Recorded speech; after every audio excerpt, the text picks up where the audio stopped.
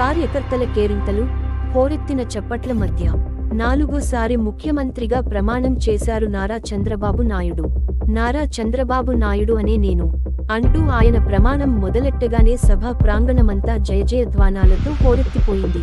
కేసరపల్లి పార్కులో ప్రమాణ స్వీకార మహోత్సవం అట్టహాసంగా జరిగింది. ఈ వేడుకకు ఎన్డీఏ నేతలు, సినీ ప్రముఖులు హాజరయ్యారు. ఆంధ్రప్రదేశ్ ముఖ్యమంత్రిగా ప్రమాణం చేసిన తర్వాత చంద్రబాబు నాయుడుకి ప్రధాని మోదీ పుష్పగుచ్చం ఇచ్చి అభినందించారు. ఆలింగనం చేసుకుని శుభాకాంక్షలు చెప్పారు. ఈ సమయంలో చంద్రబాబులో ఉద్వేగం చాలా స్పష్టంగా కనిపించింది.